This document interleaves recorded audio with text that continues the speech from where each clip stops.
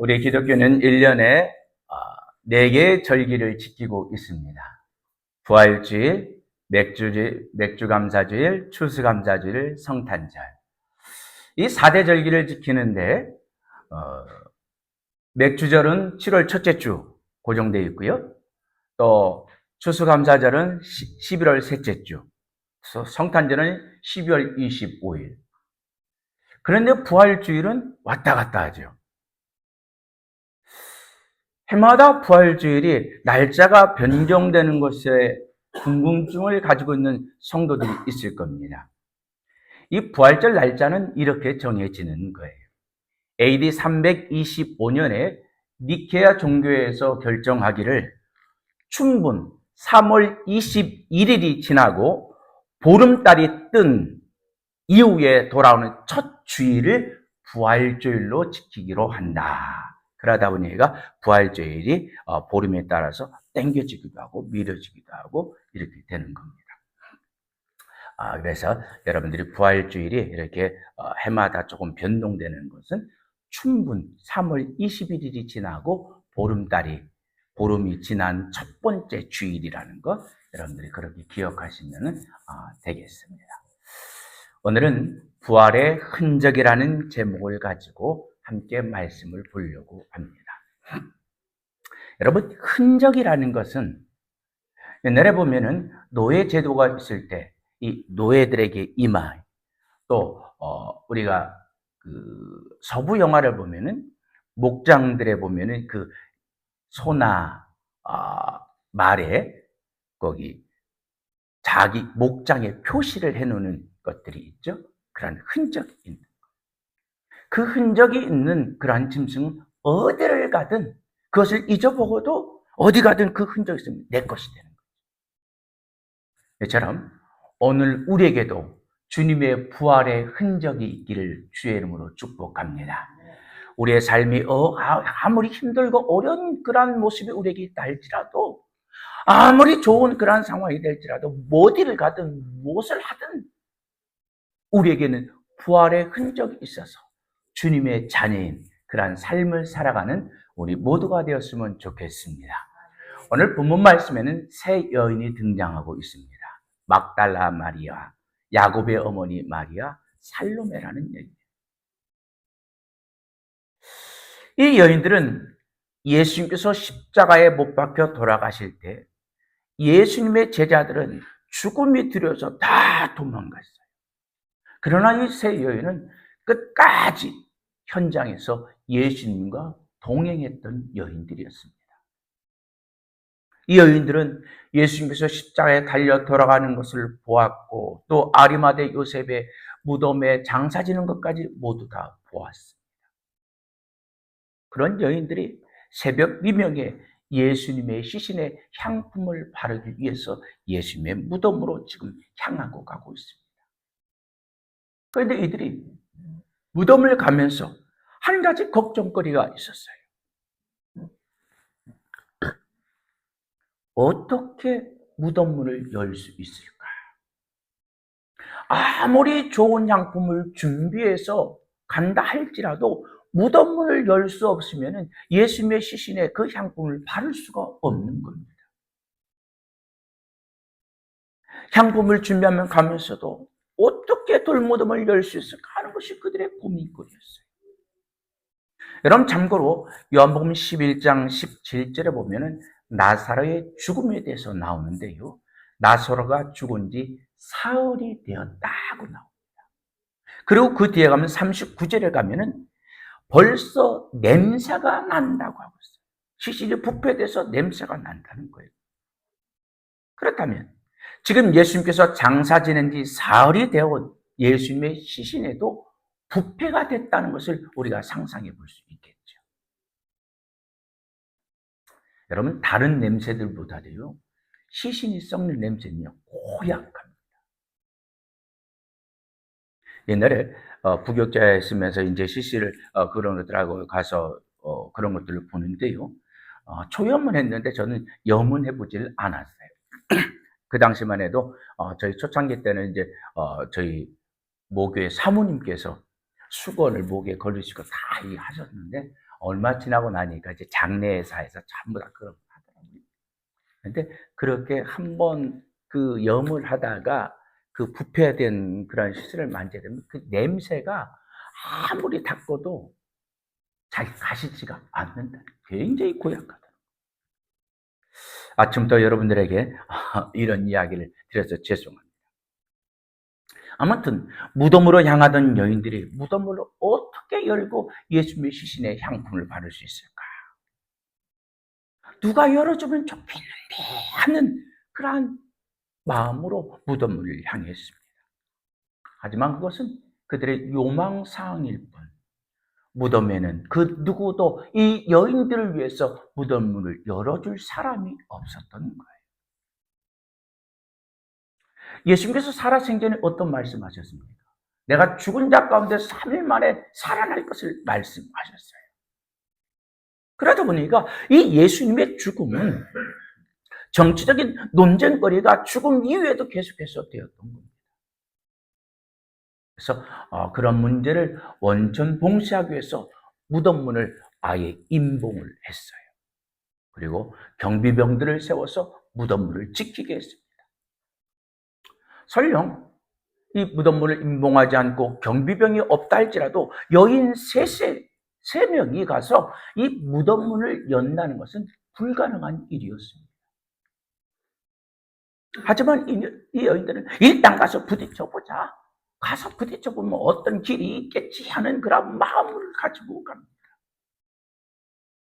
이 여인들은 지금 향품을 가지고 예수님의 시신에 바르기 위해서 갈 때 이 돌무덤을 자신들의 힘으로 열 수 없다는 그런 불가능한 것을 알면서도 예수님에 대한 사랑 때문에 향품을 준비하여 무덤을 향했던 거예요. 예수님에 대한 이 여인들의 사랑은 제자들이 예수님을 사랑하는 그런 사랑과는 달랐습니다. 제자들은 주님을 사랑한다고 하면서 3년 반 동안 주님을 따라다녔지만은 주님께서 죽음의 자리에 서게 될 때, 이 죽음이라는 그 두려움 앞에서 이 제자들의 사랑은 주님으로부터 돌변하여서 뒤돌아서는 그런 사랑이었습니다. 하지만 이 여인들은 예수님이 살아계셨을 때나 죽을 때나 죽음의 위험에 있을 때나 변함없는 사랑으로 주님께 나아갔습니다.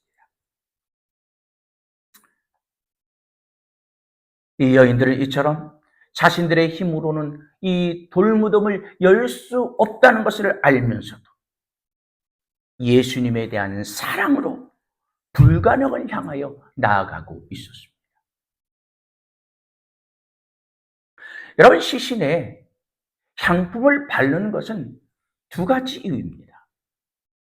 첫째는 시신의 부패를 더디게 하기 위해서 향품을 발랐고요. 두 번째는 이 시신이 부패할 때 냄새를 제거하기 위해서, 냄새를 줄이기 위해서 향품을 발랐던 거예요. 자, 그런 의미에서 이 여인들이 예수님의 시신에 향품을 바르기 위해서 갔다면 좀 더 일찍 갔어야 하는 것 아닐까요? 여인들이 예수님의 시신에 향품을 바르기 위해서 갔을 때가 이미 사흘이 됐다고 했어요. 여러분, 그러면 나사로의 사건에서 보면은 사흘이 지났다는 것은 이미 부패가 시작됐다는 것 아닙니까? 그러니까 이 여인들이 예수님의 무덤에 향품을 가지고 찾아갔던 것은 시신의 부패를 더디게 하려는 목적보다는 예수님에 대한 사랑과 존경의 마음 때문에 달려갔다는 것입니다. 이런 마음으로 예수님의 무덤을 향하던 여인들 앞에 상상도 할 수 못했던 그러한 일들이 그들을 기다리고 있었습니다.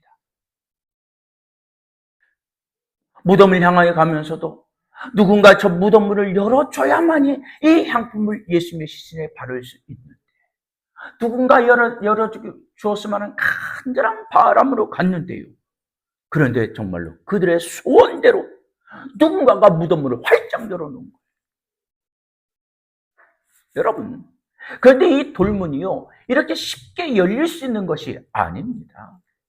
장정 서너 사람의 힘으로도 쉽게 열 수 없는 문입니다. 그런 돌문이 활짝 열려 있어요. 누군가 열어놨던 것 아닙니까? 당시 예수님을 십자가에 죽었던 이 종교 지도자들은 예수님께서 살아계셨을 때 죽은 자 가운데 살아나실 것을 수차례 말씀했어요. 그렇다고 이들이 이 예수님의 부활을 믿은 것이 아니었습니다.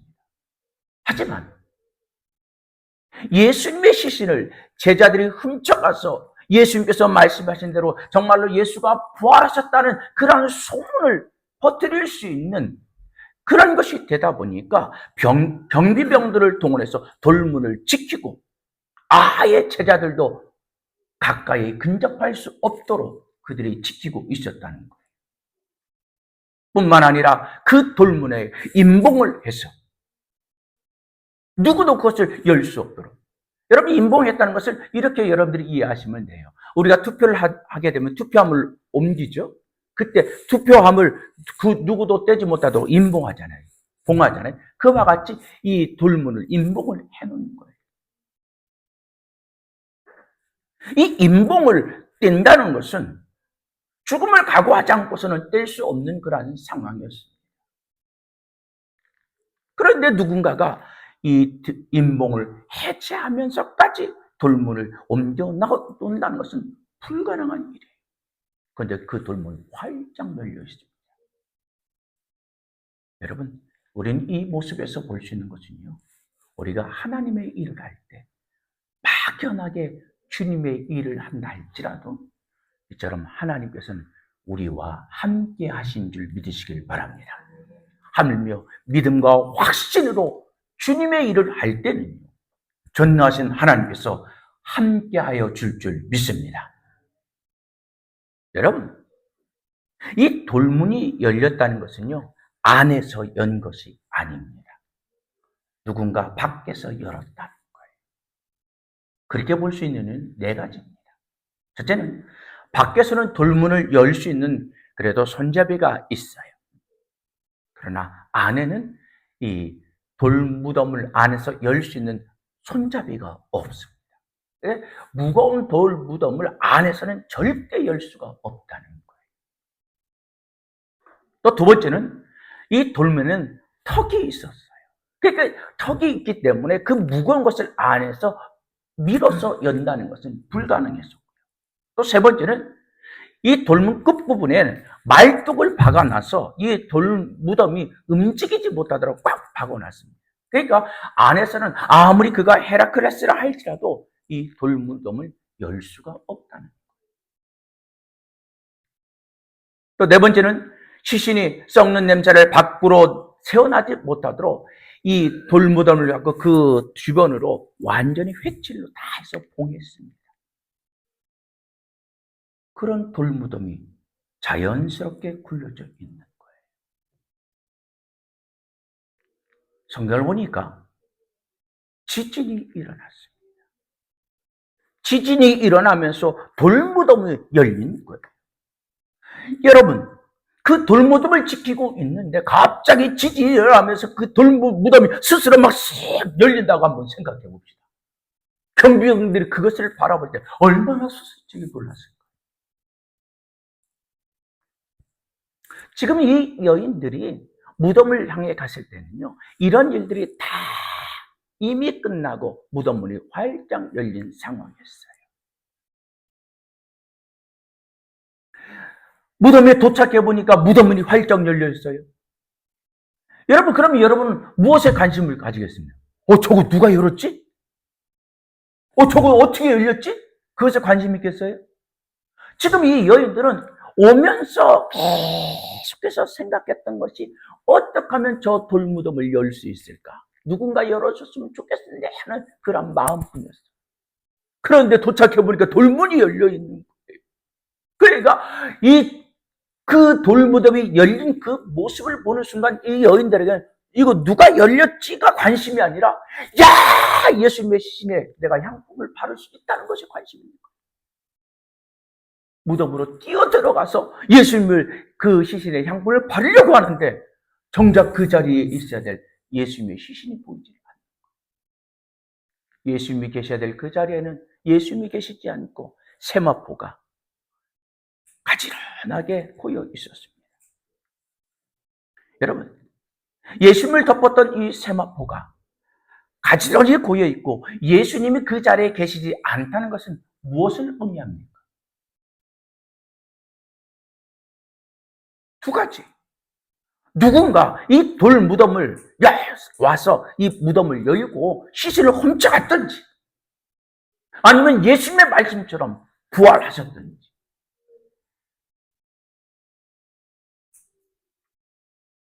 이 본문 말씀이 다른 곳과 다른 곳에서도 마태, 마가, 누가, 요금, 사복음서에 이제 이 말씀들이 기록되는데 다른 곳에 병행된 그런 말씀 보면요, 이 여인들이 그 모습을 보고 뭐라고 고백하냐면요, 내 주를 누군가 가져갔다, 누군가 훔쳐갔다고 보는 거예요. 이 여인들이 좀 더 생각해보고 신중하게 이것을 보았다면, 시신이 없고 세마포만 있는 모습을 보았다면 그것이 예수님의 부활의 흔적이라는 것을 그들이 알 수가 있었을 겁니다. 그런데 이 여인들은 예수님의 시체를 누군가 훔쳐간다고, 시체 실종으로 보았어요. 시신 유기로 보았다는 겁니다. 여러분, 제가 앞서서 그런 말씀드린, 이 여인들은 제자들이 예수님을 사랑하는 것과 같은 다른 사랑이었다고. 제자들은 죽음이라는 그 죽음 앞에 두려워서 다 도망갔지만 이 여인들은 그 죽음도 불사하고 끝까지 주님의 곁에 있었다고 했어요. 사랑하는 마음으로. 자, 그렇다면 이처럼 예수님을 사랑했던 여인들하면 예수님의 시신이 무덤에 없고 피 묻은 세마포가 가지런히 고여있는 그 모습을 보았다면 예수님께서 살아생전에 그들에게 주었던 말씀을 기억하면서 그 모습에서 예수님의 부활의 흔적을 보여야 되지 않겠습니까? 그런데 이 여인들은 그 고여있는 세마포에서 예수님의 부활의 흔적을 본 것이 아니라 누군가 예수님의 시체를 유기했다고 생각을 했어요. 그 이유가 뭡니까? 이 여인들은 예수님을 사랑하는 마음으로 예수님의 끝까지 십자가에 죽으심부터 아리마대 요셉이 장사하는 것까지 다 보았어요. 내 눈으로 예수님이 처참하게 십자가에서 매달려 죽는 것을 보았고 아리마대 요셉의 무덤에 장사 지낸 것을 보았습니다. 그렇기 때문에 그렇게 처참하게 죽은 예수가 부활한다는 것은 상상도 하지 못했던 거예요. 아무리 예수님께서 살아생전에 내가 죽은 자 가운데서 다시금 살아날 것이다 말을 했지만은 내 눈으로 본 것이 그렇게 처참하게 죽었는데 다시금 살아날 수 있다는 것을 그들은 상상을 하지 못했던 것입니다. 그러니까 이 여인들이 예수님을 사랑했던 그 사랑은, 여러분, 막달라 마리아가 어떤 여인입니까? 귀신 들려서 인간다운 삶을 살지 못했던 여인 아니에요? 사람다운 삶을 살지 못했던 나에게 사람다운 삶을 살 수 있도록 귀신을 내어 쫓아서 나를 인간다운 삶을 살게 해준 그 은혜를 생각하니까 너무 감사한 거예요. 그 마음 때문에 이 예수님을 사랑했다는 것.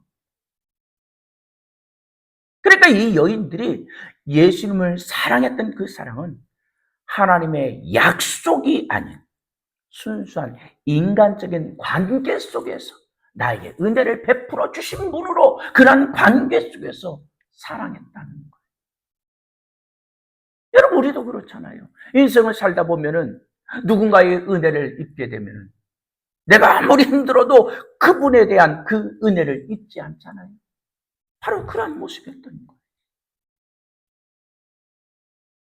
사랑하는 성도 여러분, 오늘 이 시간 우리의 마음속에 하나님의 약속이 있다면 모든 환경을 하나님의 약속의 증거로 볼 수 있는 믿음이 있기를 주님의 이름으로 축복합니다.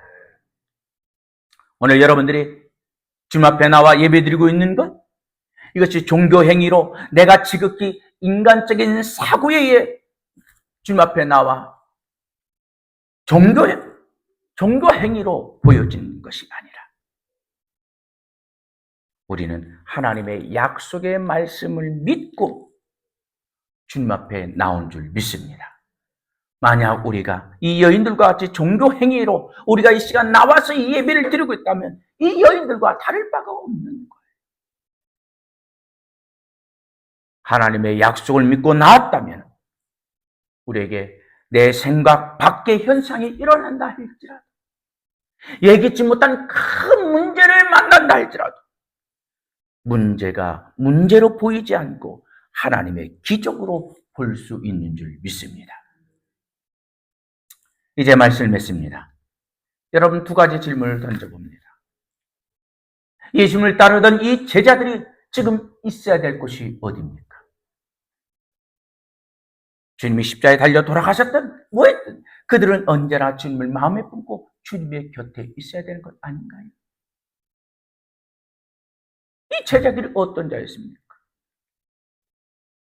수많은 예수님의 기적을 가장 가까운 곳에서 체험했던 사람들입니다. 그러니까 지금 이 제자들은 언제나 주님과 동행하는 자리에 있어야 하고 주님의 약속의 말씀을 믿고 순종하는 자들이 되어야 된다는 거예요. 주님께서 살아생전에 어떤 말씀을 하셨습니까? 내가 부활해 너희보다 먼저 어디로 가리라? 갈릴리로 가리라. 거기서 너희들을 만나겠다고 말씀하셨던 거예요. 그러니까 이 제자들이 이 주님의 말씀을 믿었다면 십자가에 달려 돌아가신 순간 이들은 그때부터 갈릴리에 가서 아예 죽치고 자리를 잡고 부활하신 예수님을 기다리고 있어야 될 것이라는 거죠. 여러분, 오늘날 세계가 사용하고 있는 서기의 기준이 뭡니까? 예수님의 탄생을 기준으로 서기가 정해진 것 아닙니까? 그런데 세상은 오늘 2025년도 달력을 쓰면서도 예수님의 부활을 믿지 않는 자들이 얼마나 많이 있습니까? 오늘 우리는 예수의 부활을 믿지 않는 그들에게 부활의 흔적이 되어야 될 줄 믿습니다. 2025년도 부활주일 예배를 믿음으로 하나님께 드리는 사랑하는 성도 여러분, 오늘 이 시간 여러분 한 사람 한 사람 모두가 믿지 않는 자들에게 부활의 흔적, 하나님의 약속의 증거, 믿음의 증거가 될 수 있기를 주님의 이름으로 축복합니다. 그렇다면 어떻게 해야 우리가 이 부활의 흔적의 삶을 살 수 있냐는 거예요. 오늘 그 해답은 오늘 이 본문의 이 세 여인들의 모습에서 그 답을 찾아봅니다. 무덤에서 만났던 천사가 이 여인들에게 어떤 사명을 줍니까? 무덤에 들어가서 예수님의 시체를 누가 훔쳐갔다고 슬퍼하는 그들에게 이 천사들이 뭐라고 했어요? 너희가 찾는 예수는 부활했다는 거예요. 그러면서 그 부활의 기쁜 소식을 전하라고 합니다. 가서 부활의 기쁜 소식을 알려라. 누구에게? 제자들에게. 그래요, 여러분. 부활의 기쁜 소식을 전하는 것이 부활의 흔적인 줄 믿습니다.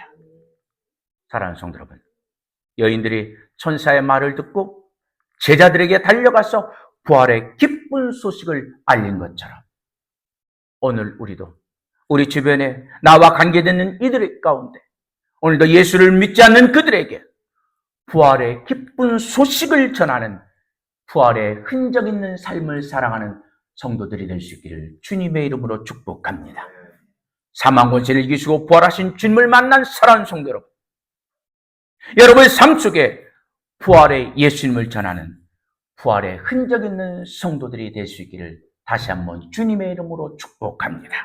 우리 옆에 분에게 인사합시다. 부활의 흔적이 됩시다. 우리 주변에 믿지 않는 이들에게 부활의 흔적이 되어서 내가 만난 예수를, 부활하신 예수님을 전하는 사랑하는 성도들이 될 수 있기를 주님의 이름으로 축복합니다. 우리 함께 찬양합니다.